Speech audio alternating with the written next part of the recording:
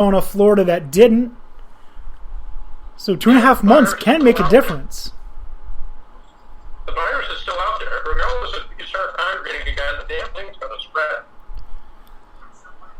I mean, it's not going to just go away, no. But if... Right, so where do you have a vaccine for us within 2.5 months? You don't need a vaccine. Listen, we are a week actually, in this region, into phase 3.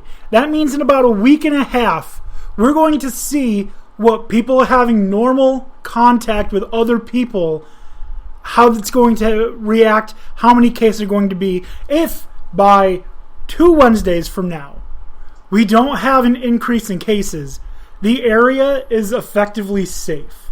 We can start resuming normal life. That's what we're waiting to see. Phase 1 went really well. Phase 2 went really well. Phase 3 started 1 week ago today. So we have to see how the population responds to return to normalcy. People started going back to work. All of this stuff is starting to open. It's already looking good in Western New York because they had their reopening start a few days before the rest of us, and their numbers are continually going down. Okay, so you call it normal, but this is not going to be within 6 feet of each other. I mean, restaurants and shit. Yes, and anyway, let's let the scientists tell us how to proceed rather than continue to talk about this. Let's talk about actual sports. Who the hell listens to scientists? Anyways. Frickin' nerdy frickin' shits. Another one that concerns me is basketball. Basketball, they've decided they're going to restart July 31st with 22 teams competing for 6 spots, 8 in the East, 8 in the West. Players can opt out of the restart and will still be paid the full amount that they were going to make because their contracts are guaranteed. There's no way you can say to the players, hey, we're going to give you less money. They're going to point to the contract and say, hey, it's fully guaranteed, not my fault, I didn't play. So there's no way around owners having to pay the players in the NBA. What concerns me the most is that they're going to be doing it at ESPN Worldwide World of Sports, or whatever it's called, at Disney, which is in Florida, which is so quickly rising the number of cases. It's like quadrupled their worst days in the beginning. They're now like consistently quadrupled the number of cases. Hopefully the number of deaths doesn't rise significantly like that as well. But is there something else that the NBA can do to move it out of Florida, get all the games played in New York, Massachusetts, New Jersey, where the number of cases are going down, and it's significantly safer here? And how do you do this? Do you quarantine everyone? You just keep them all in the same area, all in the same hotels? Are you then going to quarantine the people who work at the hotels, the people who work on the food? What are the logistics of restarting the NBA season? How do you keep everyone safe, keeping them all in one area? I think what you're talking about, Dan, is already being, like, with them doing this at the Disney's Wide World of Sports, they're already cordoning off anybody that would be involved, and they're going to constantly test them. And quite frankly, that location has the room availability right near the facility to be able to house that kind of thing. Because if you talk about New York, the only place you could do that is New York City. But right now, our governor is saying that you can't travel outside of the city if you're in there. So you're putting them into a element that you can't contain, whereas Disney can shut down that entire area just for these athletes to do this. I mean, Chuckles made a good point not too long ago. My bigger concern would be if one player contracts this, let's hypothetically take LeBron. Let's say he gets it. How that shifts the dynamic of the playoff? Well, I mean, That's already happening, actually. Because if I remember correctly, didn't Nikola Jokic just test positive? And That's because he's fucking people like Djokovic. Yeah. That's his own stupid I mean, fault. I know he's not LeBron James, but you can make the argument he's more important to the Nuggets than LeBron James is to the Lakers. So that Yeah, no shit. That's because the Nuggets suck. so that completely changes the dynamic. You're right. So it's going to be interesting because are you going to separate them from their families for the whole time, or are the families going to be moving into Orlando with them? No, I don't think the families have any business being with them. You're just adding more fucking problems to the whole situation. It should just be the players to fucking do this. Okay. Well, my next question was going to be like, how do you keep the families from leaving? But if you don't have the families there at all, then that answers that question. But I mean, if the families are going to be there, then yeah. Once you're inside the facility, if you've tested clear, then you can't leave until this is all done. Because anything else you do is inviting problems. I mean, staff as far as concierge, fucking housekeeping, food service, you can test those employees going in every day. There's plenty of businesses that do that on a regular basis already if they're actually taking the correct precautions. It's possible to be able to contain it and keep it in a contained environment. I mean, that's the idea that the NHL is looking at based on location where they can do that. Las Vegas makes sense because, again, if you have and you've taken up an entire section of the MGM Grand, you could host every team in the West. Because the MGM Grand is a part owner with the Golden Knights, as far as I understand. Right. So, I mean, I actually had a foolproof idea. Send them all to Venezuela because they did such a great job getting rid of it over there. I mean, So could the send U.S. can screw that up too. them to North Korea. No cases in North Korea. Right, Dennis Rodman will fuck that up. But anyways, so the NBA restart. Weekend at Kemp's. Yeah, weekend. Oh, Jesus Christ.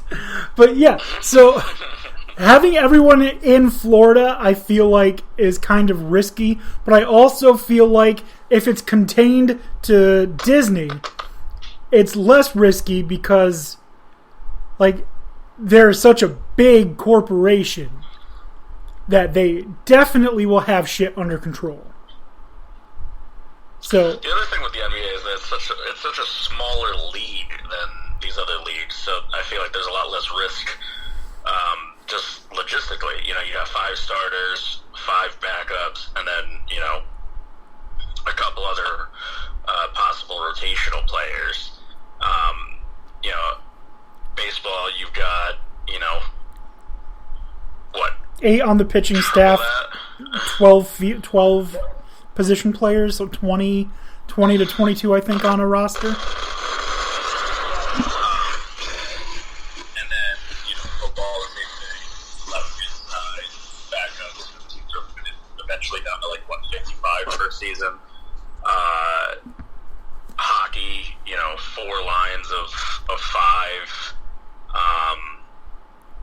So, when you take that into account, the NBA probably has the best chance of being somewhat normal. Although, as you did mention, any individual player catching it is a bigger impact to their team in a sport like that.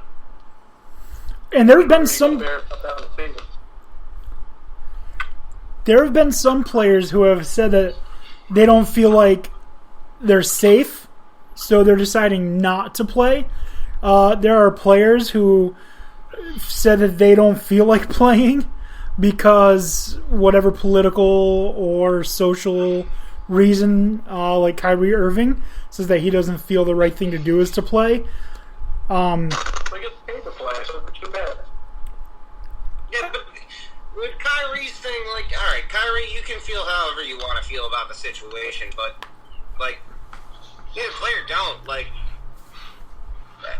I mean, I understand why he would not want to play because he doesn't get Kevin Durant and his team is going to be crap. I mean, that is...